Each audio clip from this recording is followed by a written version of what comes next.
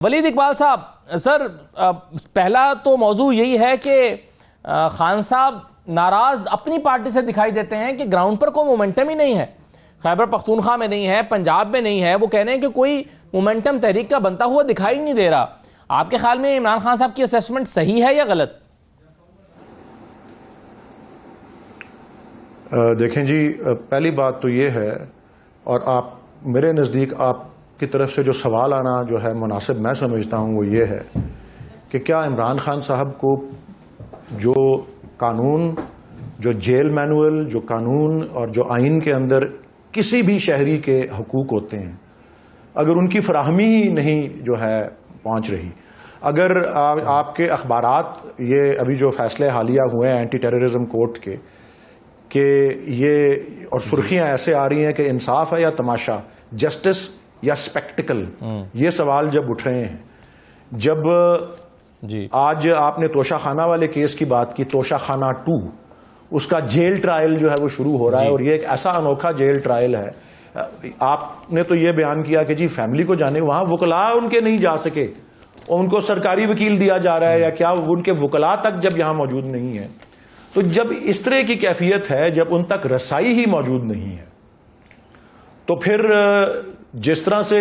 جنہوں نے ان کو اس ناجائز اور غیر قانونی اور غیر آئینی تحویل اور قید میں رکھا ہوا ہے، جس طرح سے جو سٹیٹمنٹ ان سے منسوب کر کے ان سے تاثر دے کے وہ یہاں باہر منظر عام پر لائیں، وہ جو ہے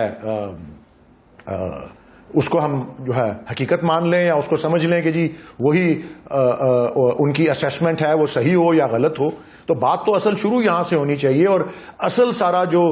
اس میں معاملہ ہے وہ ہے ہی یہ کہ کوئی قاعدہ قانون نہیں، کوئی انصاف نہیں، صرف تماشا ہے۔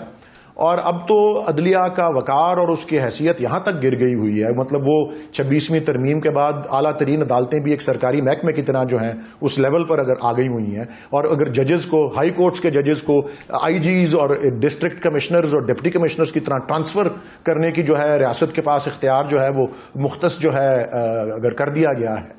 تو پھر آپ جو ہے وہ کیا توقع رکھ سکتے ہیں کہ ایک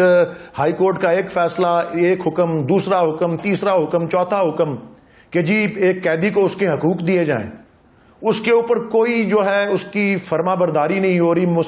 مسلسل نافرمانی اگر ہو رہی ہے،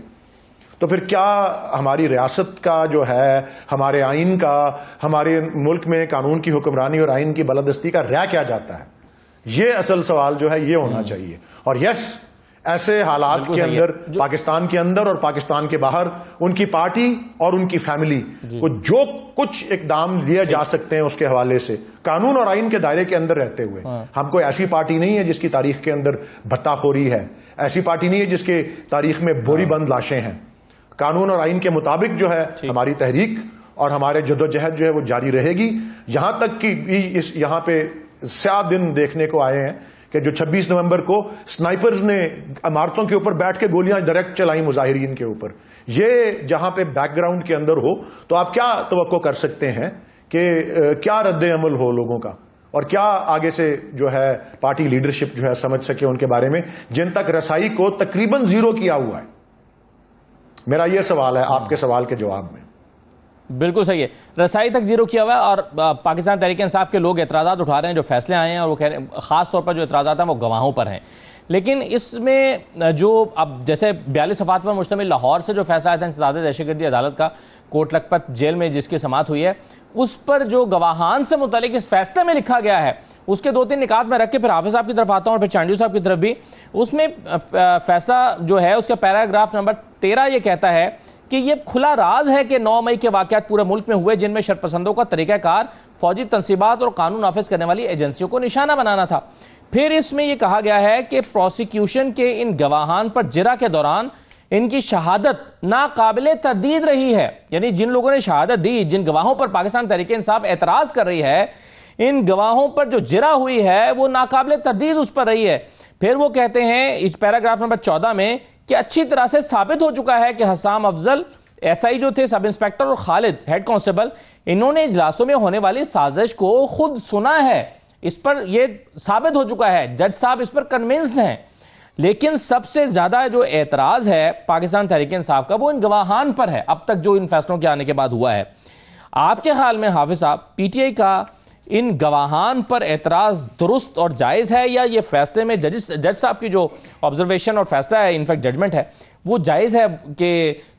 پی ٹی آئی تو کہتی ہے کہ کیسے ممکن ہے کہ ہمارے اجلاسوں میں پولیس والے بھیس بدل کر یا گھس کر چند ایک بڑی خفیہ میٹنگ میں وہ شریک ہو گئے اور پردے کے پیچھے چھپ کر یا میز کے نیچے چھپ کر سن رہے ہیں، تو جج صاحب تو کنونسڈ ہیں اس پر، ان کو تو کوئی ابہام نہیں ہے۔ بسم اللہ الرحمن الرحیم۔ اسد، ایک تو بات یہ ہے کہ پاکستان کیا دنیا میں جتنی بھی عدالتیں ہوتی ہیں جو ٹرائل کیسز کر رہی ہوتی ہیں، جب وہ کسی کو نتیجے پہ پہنچتی ہیں کہ ہم نے کسی کو سزا دینی ہے تو اسی طرح کی ورڈنگ آتی ہے کہ جی گواہان کا بیان جو ہے وہ beyond any shadow of doubt ہے اور ہم اس کو کریڈیبل مانتے ہیں، اور اس کے بعد ہم اس نتیجے پہ پہنچتے ہیں اور اس نتیجے پہ پہنچ کے بعد وہ پنشمنٹ دیتے ہیں۔ اور اگر وہ سمجھتے ہیں کہ گواہ کی جو گواہی ہے وہ ڈسکریڈٹ ہے یا اس کے اندر لیپسز ہیں، تو وہ پھر کہتے ہیں کہ گواہ کی جو گواہی ہے وہ پلازیبل نہیں ہے، لیگلی سسٹینیبل نہیں ہے، اور اس کا کنکلوژن یہ ہے کہ یا اس کو میٹیگیٹنگ سرکمسٹانسز کی طرف لے جاتے ہیں یا اس کو ایکویٹل کی طرف لے جاتے ہیں۔ یہ general set of standard principles ہے، اور دنیا بھر کے اندر جو آپ کی فرسٹ ٹرائل کورٹس ہوتی ہیں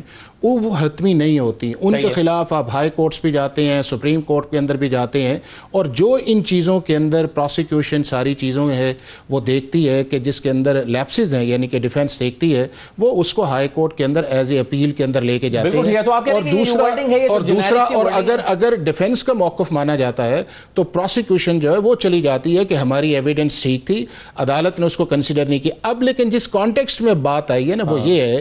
9 مئی کا انسیڈنٹ جو ہے یہ ایک انوسنٹ انسیڈنٹ نہیں ہے، یہ کہیں کہ جی اس کے اندر سپونٹینیس انسیڈنٹ نہیں ہے، یا یہ کہیں کہ یہ ایز اے ہرڈ کو ایک کام ہوا، یہ نہیں ہے۔ آپ کو سیریس آف ایونٹس کو دیکھنا پڑے گا اور پھر آپ کنکلوژنز کی طرف جائیں گے۔ ہو سکتا ہے کہ ایویڈنس کے اندر پلس مائنس آئے۔ سیریس آف انسیڈنٹس یہ ہے کہ 11 ساڑھے 11 بجے جو ہے اسلام آباد ہائی کورٹ کے اندر فارمر پرائم منسٹر کو اریسٹ کیا جاتا ہے۔ اس کے 3-4 گھنٹے کے اندر پورے ملک کے اندر جو ہے 40 50 60 70 ایون 100 سے زیادہ آپ کے جو پبلک پلیسز ہیں یا ملٹری انسٹالیشنز ہیں اس کے اوپر لوگ ہٹ آن کرتے ہیں، اور یہ پاکستان میں آج تک نہیں اس طرح ہوا کہ آپ ان ملٹری انسٹالیشنز کے اوپر یا آپ شہداء کی یادگاروں کے اوپر یا آپ ملٹری بیسز کے اوپر جائیں یا انٹیلیجنس ایجنسیز کے ہیڈ کوارٹرز کی طرف جائیں یا ان کے آفیسز کی طرف جائیں۔ اگر یہ سارے لوگ پورے ملک کے اندر آپ کو پشاور، اس کے بعد راول پنڈی، اس کے بعد میاں والی، سرگودا، فیصل آباد، لاہور، GH، آپ ساری جگہوں پہ اس کا مطلب یہ ہے کہ یہ چیزیں جس طرف گئی ہیں اس کے پیچھے کوئی نہ کوئی یا انٹینٹ تھی یا اس کے پیچھے کوئی ایسی چیز تھی جو بھی اس چیز کے اندر تھا کہ یکدم جو ہے ایک موب کی صورت کے اندر دیکھیں 3-4 گھنٹے کے اندر اسد پورے پاکستان میں اس طرح کوارڈینیٹ نہیں کیا جا سکتا۔ آپ کے خیال میں یہ ایک ایسی ایک کوارڈینیٹڈ ایفرٹ تھی؟ اب اگلا یہ ہے کہ پی ٹی آئی یا ہمارا سارا یا آپ سب کا موقف یہ ہے کہ اگر کسی نے جرم کیا ہے اس کو سزا ملنی چاہیے، اور ملنی وہ چاہیے جو اس کا مستحق ہے۔ اب 2 ایشوز پہ سوال یہ رہا تھا کہ جی ملٹری کورٹس میں نہیں جانی چاہیے، اینٹی ٹیررزم کورٹس میں جانی چاہیے چونکہ وہ انڈیپینڈنٹ ہے، ہائی کورٹ کی سپرویژن ہے، اور اس کے بعد ججز جو ہیں وہ اچھا کام کرتے ہیں۔ اب یہ ہے کہ ATC کے اندر یہ آئے ہیں، ایک کے سامنے 50 گواہ آئے ہیں، ایک کے سامنے 61 گواہ آئے ہیں، پراپر ایویڈنس آئی ہے، کچھ ایکویٹل آئے ہیں، کچھ میٹنگ۔ اب آپ دیکھیں کہ کیوں کوئی نہیں بولتا کہ شاہ محمود قریشی جو ہے اس کے خلاف بھی یہی ایویڈنس ہی نا جو دوسروں کے خلاف، اگر وہ ایکویٹل اس کے اندر آیا ہے، کیا کسی نے کہا ہے کہ جی بڑا اچھا فیصلہ ہوا ہے، یا شاہ محمود قریشی جو ہے اس کا خلاف جو ایویڈنس وہ ڈسکریڈٹ ہوئی ہے اور یہ جج نے جو ہے بڑا اچھا فیصلہ کیا؟ جج صاحب نے کیا کہا ہے کہ شاہ محمود قریشی صاحب جو ہیں وہ کراچی میں موجود تھے؟ دیکھیں بات یہ ہے کہ فزیکل پریزنس کی بات تھی نا، فزیکل پریزنس ان کی ثابت نہیں ہوئی، پریزنس کی جس کا کورابوریشن تھی۔ اب یہ ہے کہ آپ صرف ایک ہی ٹو کے اندر سارے چلتے جائیں اور یہ کہیں کہ نہیں جی جج 26ویں آئینی ترمیم جو ہے، میں کیا 26ویں آئینی ترمیم سے پہلے پاکستان کا نظام انصاف جو تھا وہ دنیا میں ٹاپ 10 میں تھا، یہی تھا نا، 130 ہے، 132 ہے، 134 ہے، یہی پروسیکیوشن ہے۔ ہاں ہوا یہ ہے کہ ایک کرمنل اوفنس تھا جو نہیں ہونا چاہیے